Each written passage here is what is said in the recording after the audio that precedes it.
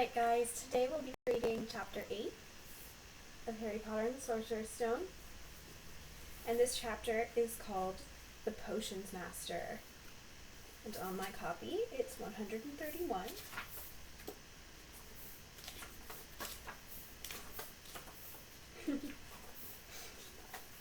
Alright.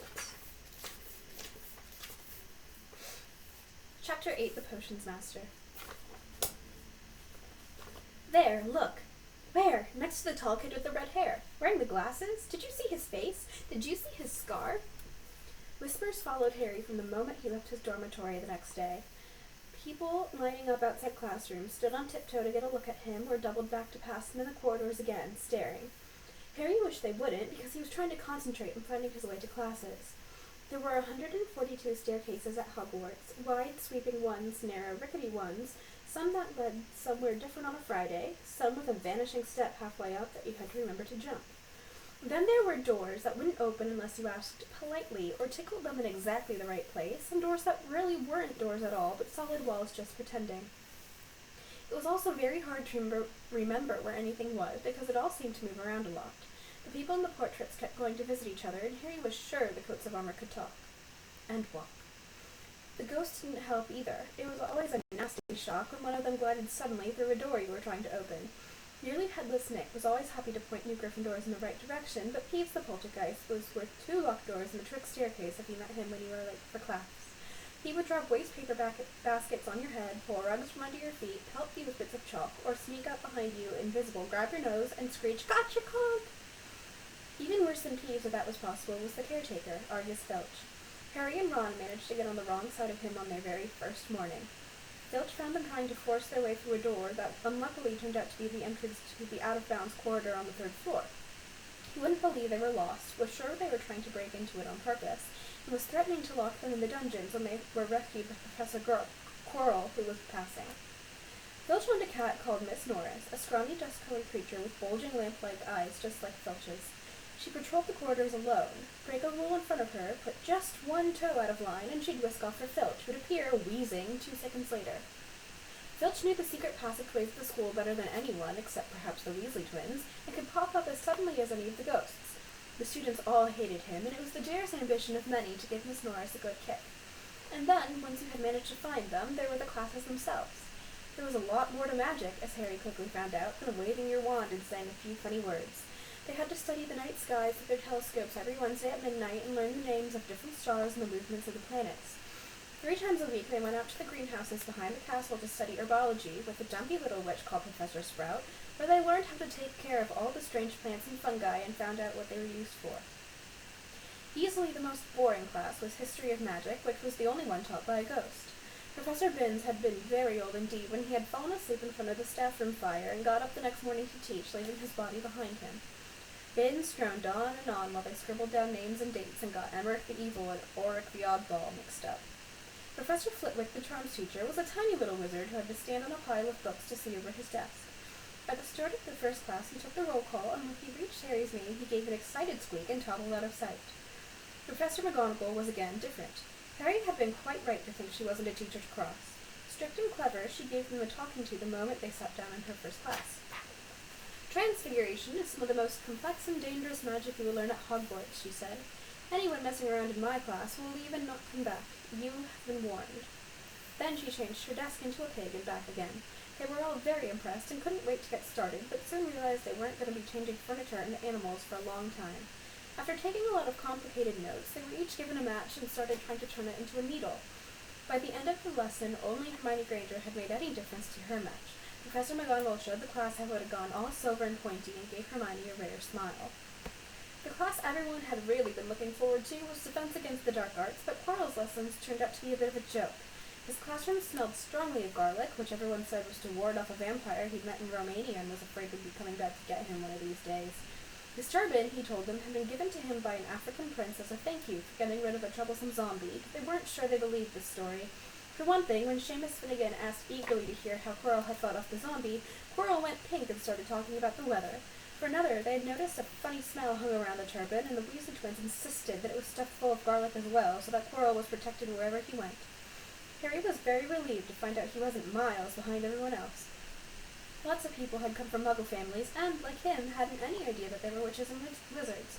There was so much to learn that even people like Ron didn't have much of a head start.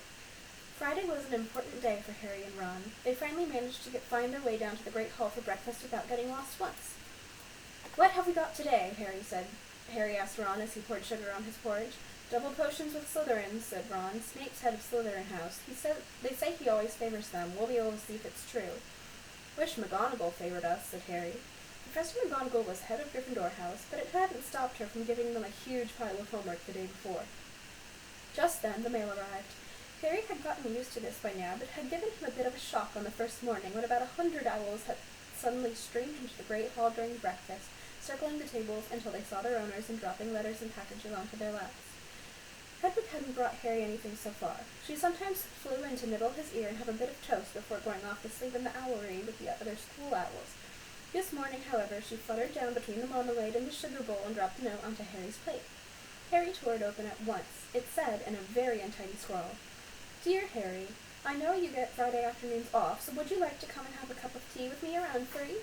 I want to hear all about your first week. Send us an answer back with Hagrid." Harry borrowed Ron's quill, scribbled "Yes, please, see you later" on the back of the note, and sent Hedwig off again. It was lucky that Harry had tea with Hagrid to look forward to, because the potions lesson turned out to be the worst thing that had happened to him so far. At the start of the term banquet, Harry had gotten the idea that Professor Snape disliked him. By the end of the first potions lesson, he knew he'd been wrong. Snape didn't dislike Harry. He hated him. Potions lessons took place down in the dungeons. It was colder here than up in the main castle, and would have been quite creepy enough without the pickled animals floating in glass jars all around the walls. Snape, like Flitwick, started the class by taking a roll call, and like Flitwick, he paused at Harry's name. "Ah, yes," he said softly, "Harry Potter, our new celebrity." Draco Malfoy, his friends Crabbe and Goyle, sniggered behind their hands. Snape finished calling the names and looked up at the class. His eyes were black like Hagrid's, but they had none of Hagrid's warmth. They were cold and empty and made you think of dark tunnels. "You are here to learn the subtle science and exact art of potion making," he began. He spoke in barely more than a whisper, but they caught every word. Like Professor McGonagall, Snape had the gift of keeping a class silent without effort. "As there is little foolish wand-waving here, many of you will hardly believe this is magic. I don't expect you will really understand the beauty of the softly simmering cauldron with its shimmering fumes, the delicate power of liquids that creep through human veins, bewitching the mind and snaring the senses. I can teach you how to bottle fame, brew glory, and stopper death, if you aren't as big a bunch of dunderheads as I usually have to teach." More silence followed this little speech. Harry and Ron exchanged looks with raised eyebrows. Hermione Granger was on the edge of her seat and looked desperate to start proving that she wasn't a dunderhead. "Potter!" said Snape suddenly. "What would I get if I added powdered root of asphodel to an infusion of wormwood?" "Powdered root of what? To an infusion of what?" Harry looked at Ron, who looked as stumped as he was. Hermione's hand had shot into the air. "I don't know, sir," said Harry. Snape's lips curled into a sneer. "Tut, fame clearly isn't everything." He ignored Hermione's hand. "Let's try again, Potter. Where would you look if I told you to find me a bezoar?" Hermione stretched her hand as high into the air as it would go without leaving her seat, but Harry didn't have the faintest idea what it was. He tried not to look at Malfoy, Crabbe, and Goyle, who were shaking with laughter. "I don't know, sir." "Thought you wouldn't open a book before coming, eh, Potter?" Harry forced himself to keep looking straight into those cold eyes. He had looked through his books at the Dursleys, but did Snape expect him to remember everything and 1,000 magical herbs and fungi? Snape was still ignoring Hermione's quivering hand. "What is the difference, Potter, between Moxhood and Wolfsbane?" At this, Hermione stood up, her hands stretching towards the dungeon ceiling. "I don't know," said Harry quietly. "I think Hermione does, though. Why don't you try her?" A few people laughed.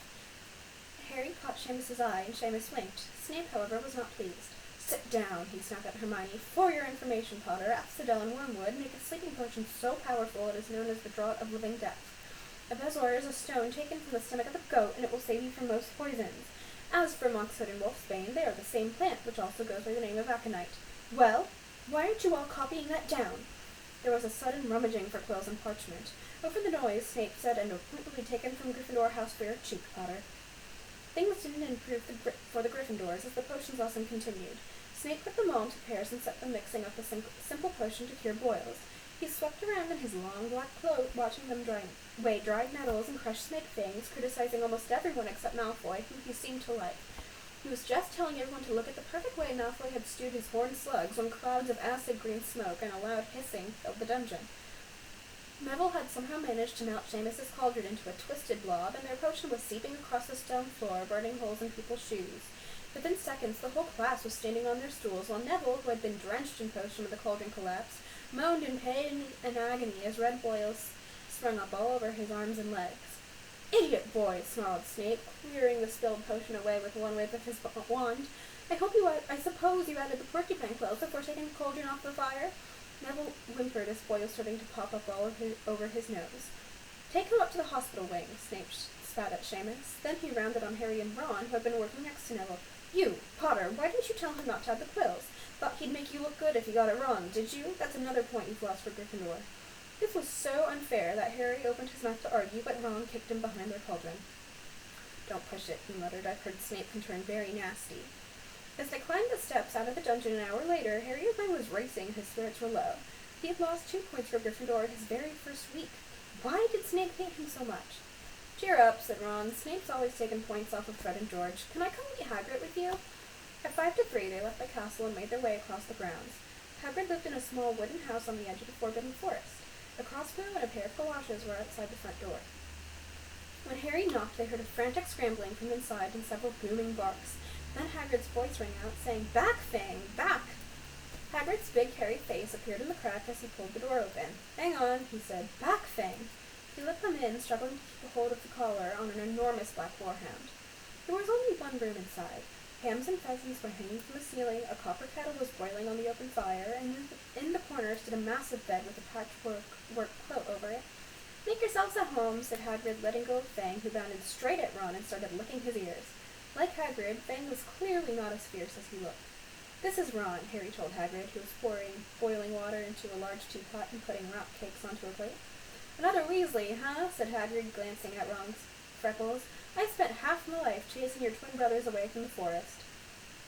The rock cakes were shapeless lumps with raisins that almost broke their teeth, but Harry and Ron pretended to be enjoying them as they told Hagrid all about their first lessons.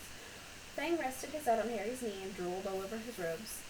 Harry and Ron were delighted to hear Hagrid call Filch "that old git." "And for that cat, Mrs. Norris, I'd like to introduce her to Fang sometime. You know, every time I go up to the school, she follows me everywhere. Can't get rid of her. Filch puts her up to it." Harry told Hagrid about Snape's lesson. Hagrid, like Ron, told Harry not to worry about it, but Snape liked hardly any of the students. "But he seemed to really hate me." "Rubbish," said Hagrid. "Why should he?" Yet Harry couldn't help thinking that Hagrid didn't quite meet his eyes when he said that. "How's your brother Charlie?" Hagrid asked Ron. "I liked him a lot. Great with animals." Harry wondered if Hagrid had changed the subject on purpose. While Ron told Hagrid all about Charlie's work with dragons, Harry picked up a piece of paper that was lying on the table under the tea cozy. It was a cutting from the Daily Prophet. "Gringotts break-in latest. Investigations continue into the break-in at Gringotts on 31st July, widely believed to be the work of dark wizards or witches unknown. Gringotts goblins today insisted that nothing had been taken. The vault that was searched had in fact been emptied the very same day. But we're not telling you it was in there, so keep your noses out if you know what's good for you," said a Gringotts Wilkes goblin this afternoon. Harry remembered Ron telling him on the train that someone had tried to rob Gringotts, but Ron hadn't mentioned the date. "Hagrid," said Harry, "that Gringotts break-in happened on my birthday. It might have been happening while we were there." There was no doubt about it. Hagrid definitely didn't meet Harry's eyes this time. He grunted and offered him another rock cake. Harry read the story again. The vault that was searched had in fact been emptied earlier the same day. Hagrid had emptied Vault 713, if you could call it emptying, taking out that grubby little package. Had that been what the thieves were looking for? As Harry and Ron walked back to the castle for dinner, their pockets weighed down with rock cakes they'd been too polite to refuse. Harry thought that none of the lessons he had so far had given him as much to think about as tea with Hagrid. Had Hagrid collected that package just in time? Where was it now? And did Hagrid know something about Snape that he didn't want to tell Harry? Alright, that's the end of Chapter 8, and I'll see you later for Chapter 9.